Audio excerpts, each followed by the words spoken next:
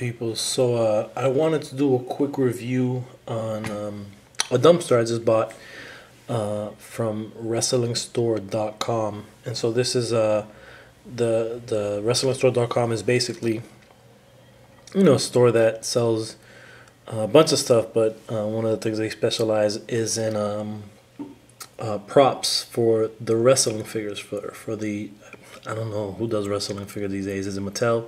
Jack Specific? I don't collect wrestling figures, but so I had actually seen, I think it was Mike Fleck who actually had posted this a while ago, kind of a link of you know, where to get these. And at the time I almost bought them, but I just thought they were a little too pricey, so I kind of decided not to get them. So the set had it comes with a blue and a green, and the little dots that you see there. I don't know how I got there. I mean, eventually I'm going to beat this up anyway, but I think I was painting something on the table and must have splashed. But yeah, so anyway, it comes with this green one and with a blue one as well. And basically they measure about 6.5 feet across. They are 4 inches, that says 6.5 feet, 6.5 inches across, a little more than, you know, probably 4.5 inches tall, and about 3.5 inches deep. So that's the measurements for these. Let me put a Bucky cap next to it so you guys can see for Marvel Legends. So yeah, it's pretty accurate. Most dumpsters that I can remember, when I'm opening them up, they're right at my chest, or this part is right at my chest. So they seem pretty accurate with the Marvel Legends. All right, so real quick, they're dope, man. They really are. I after getting them, I definitely think that they're worth it. The cost is 2 for $20 plus shipping, which is $8. So that's where it's a little pricey, was the shipping. I definitely wouldn't mind paying $10 each for these. They have working wheels, which is kind of cool. So the wheels roll. See that? And this also spins, so it's very true to how these dumpsters are built. This part right here is usually, I want to say it's open here, because what it is that kind of the truck puts kind of that forklift style, and it kind of dumps out the dumpsters. But still pretty accurate. This is the back, the bottom. You saw the other side, and then the kind of the top. The tops are exactly like this. I mean, this is a really good. It's pretty accurate in terms of what these dumpsters look like. As a graffiti artist, I've been tagging these dumpsters for years. They used to suck though, because a lot of times if it's from like the back of a restaurant, eventually the grease starts to spill. So if you try to tag with a marker, not only would you not be able to, but it would kind of kill your marker. So I used to always be careful about where I would tag, and a lot of my tags would end up on the sides anyway. So it does have 2 working kind of the covers for the dumpster, which is kind of cool. And it's a pretty, you know, it's a pretty thick plastic. It's a pretty tough plastic, so it's not flimsy at all. And I love kind of the style. I mean, I'm telling you, this looks just like a city dumpster, the ones that I grew up tagging on, or dumping trash for some company that I worked for at the time, or some restaurant or what have you. Okay, so this is what it looks like when you get them. So there's the color. Obviously, in an environment like the background that you see here, this one worked. It would be too new. So what I did with the blue one is I messed it up, and then had a bunch of graffiti writers tag on it.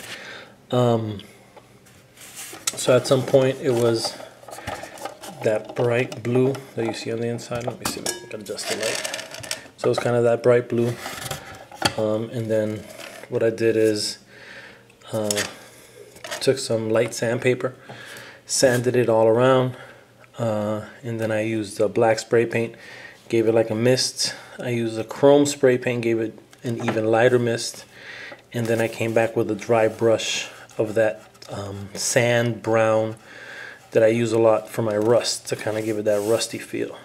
But yeah, so I kind of, you know, sprayed a little bit in there. I didn't mess it up too much on the inside because that's where the garbage is gonna be, or would be. It's still actually a work in progress, as I still have a bunch of spaces that can be tagged, and there's a bunch of friends that I haven't met up with yet, so they can hit it up. So you know, these two guys are actually legendary Boston graffiti artists. Good friend of mine. But yeah, so another amazing artist, good friend of mine, great artist, another good artist. I mean, these are all, again, these are I can't forget about Rocco the Great. Yeah, what up, Rocco?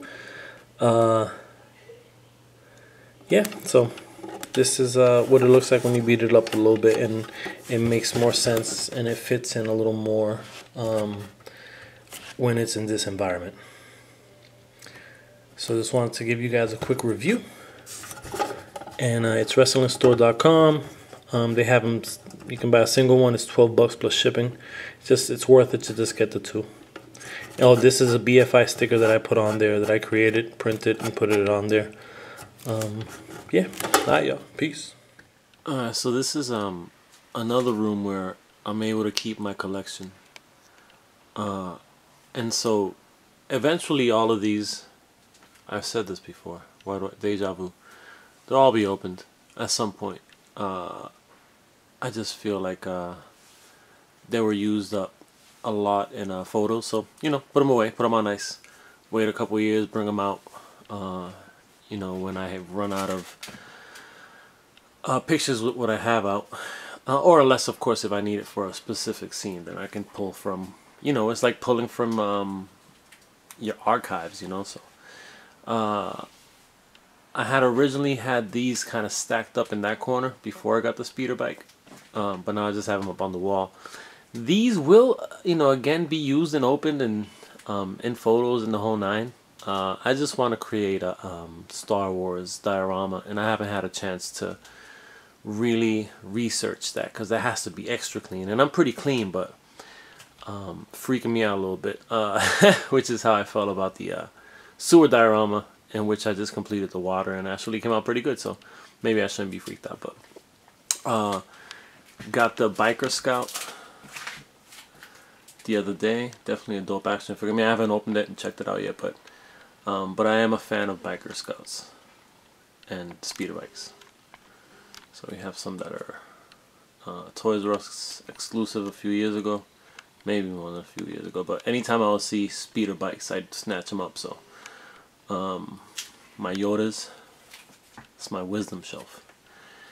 I just created a space between the Yodas and the import Autobots, as I'm expecting G1 Prowl, the Toys R Us Masterpiece series, to be here today. So just create a space for that.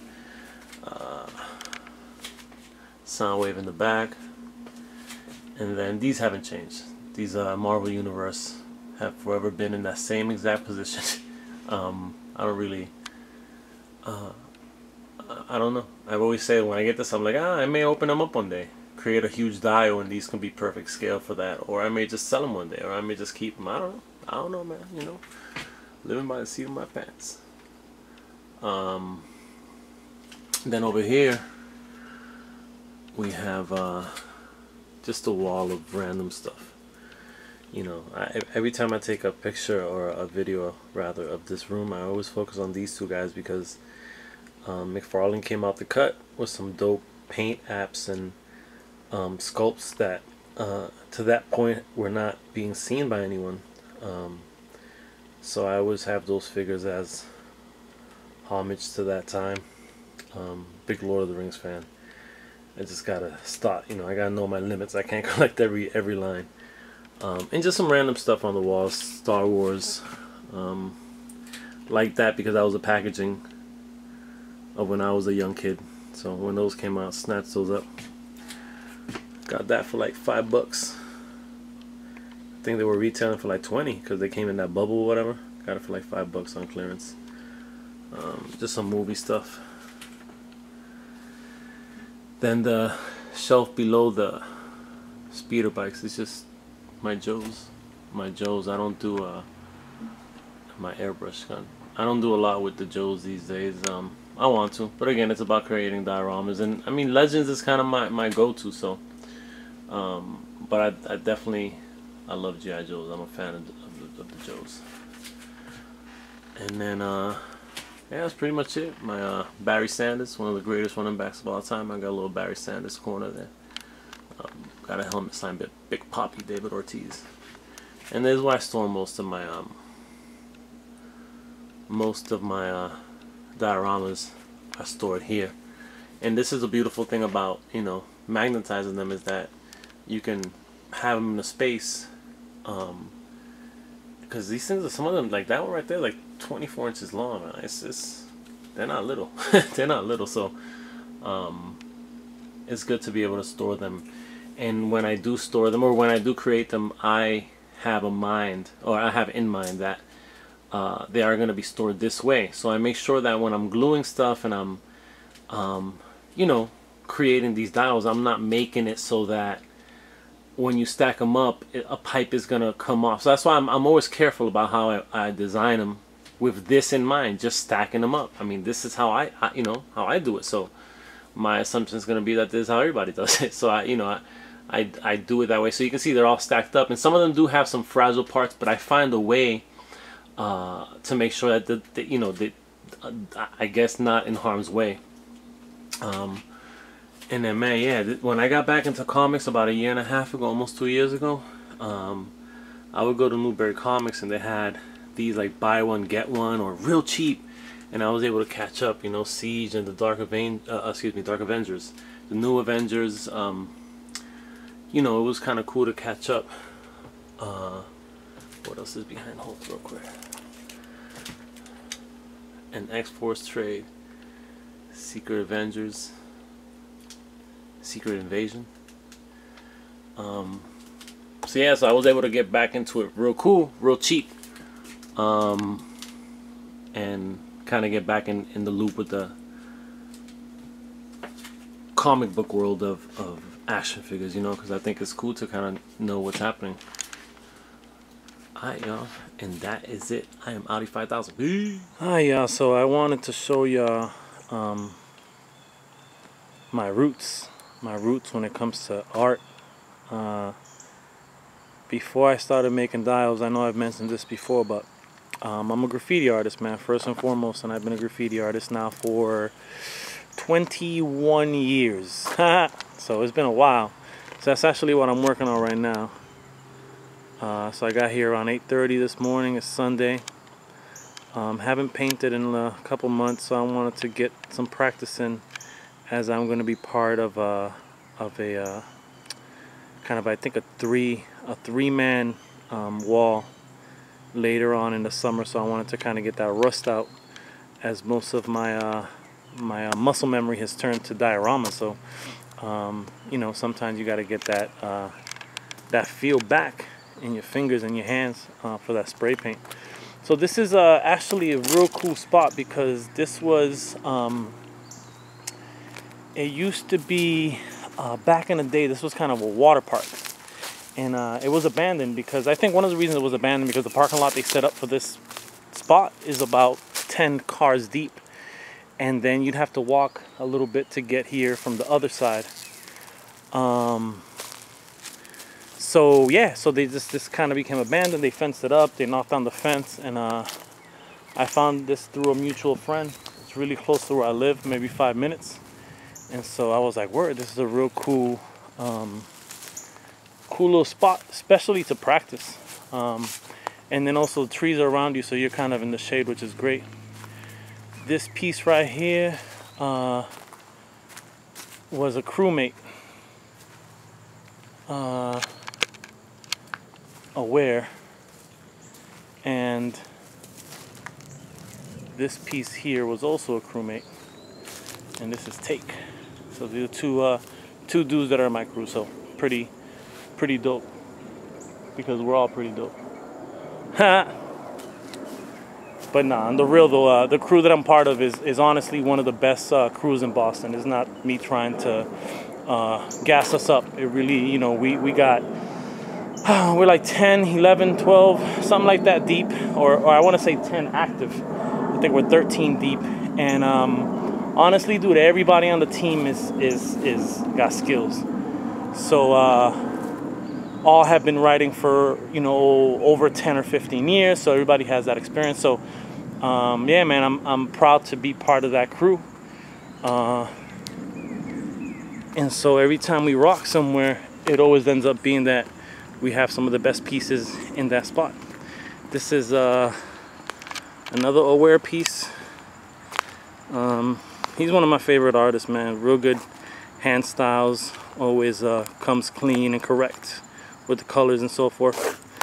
And then this was a take piece that got dissed. So this is the only bad part about graffiti, is that, you know, at home I can sit and rock out a dio and put it away, but over here it'll get disrespected, you know. And you could just tell by the writing that it's just some kids that found an empty can probably and just started writing on the wall. One of my rules is that I never leave cans behind, and if I do leave them behind, I usually shank them up so you can't use them anymore, because it'll sizzle away. Oh, I got a piece over here still. Yeah, so this was like the sandbox, you know, completely abandoned.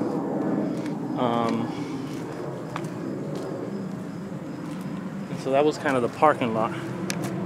You know, not a lot of, you probably can't see it, the glare, but yeah, no, this has kind of become a cool spot. I did this piece a couple years ago, and this is just a little piece, just some, you know, again, it was one of those practice type pieces, and you know, I gotta represent Transformers more than meets the eyes, or more than meets the eye, singular. But yeah, man, see, like, you see something like this, I bet you if I press the nozzle, you can hear it, you know. So that's the shit. You can't really leave cans like that, because then people who aren't graffiti writers will come down here to hang out and drink and shit, and then they'll find some paint, they'll start writing their name all over people's pieces. You know, people who would have spent hours rocking something out. So I always try to tell people, writers that I meet, that they should really take their paint with them, even if it's empty, or at least, again, stab it up, take the air out of it. But yeah, anyway, man, so wanted to kind of show you guys another side of my art.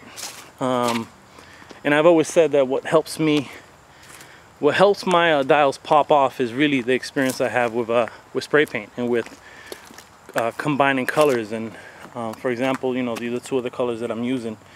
That's more or less a rough draft of what I'm doing. And then I have that red for the Transformers logo, that white for the force field, which is kind of that last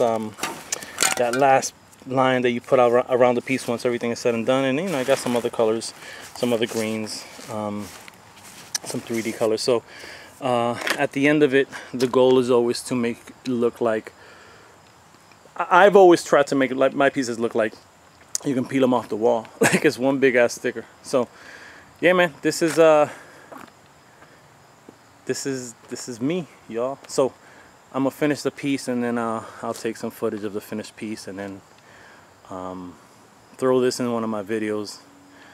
Again, it has nothing to do with action figures or dioramas, but it is some, you know, art that I truly appreciate and have worked hard over the years to improve and get better on. All right, so it is now 1:30. I think I started officially, by the time I started painting, because I had to scrape the wall. The more layers of paint that go on the wall, the looser the wall gets, and it starts to bubble. And so a lot of times when I come up to these walls that are kind of falling apart, I like to scrape them first. So that took a little while. But I think I started officially like painting probably at like 10, 9:45, 10. It's 1:30. took me a little longer than what I expected. I thought I'd be out of here by 12:30. So it took me a little bit longer, but I think more than anything it was because I was trying my very best to be as clean as possible. I don't know if anyone's who's watching this has ever you know, done graffiti, but a lot of times it involves a lot of cutting. So like I'll do this and then I'll have to cut it with that, but if I get into the yellow then I have to cut it with the yellow. So it could be a pain in the ass, and all it is you know, the more often you're doing it, the faster it is to cut and so forth, but because I don't paint that often. So this is it, man. I'm done. I'm happy with it. And I'm rolling. Alright, so here's another portion of my life that I often don't share, and that's the princess, the most important female in my life. I'm a fighting princess. She fights us up. So anyway, we usually go every we've been going every Monday or Friday to a local lake.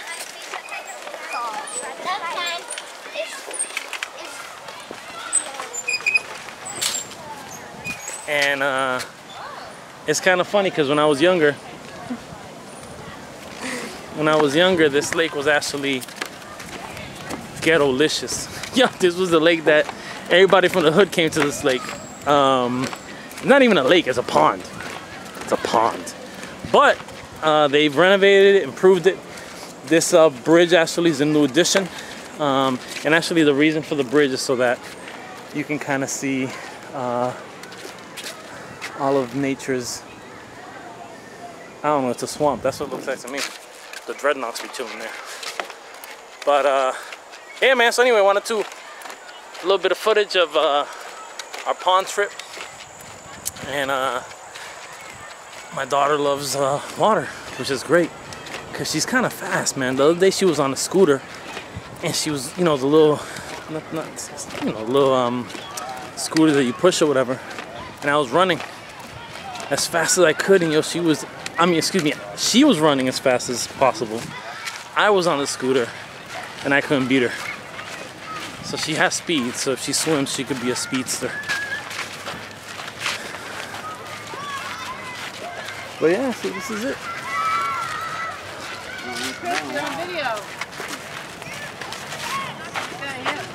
Huh?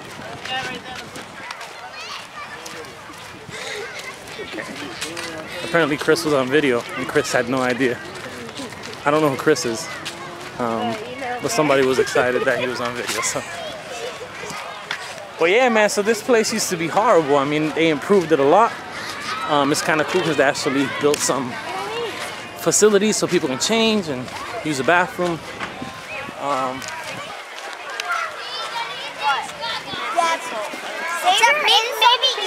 right, and I'm out. Say peace.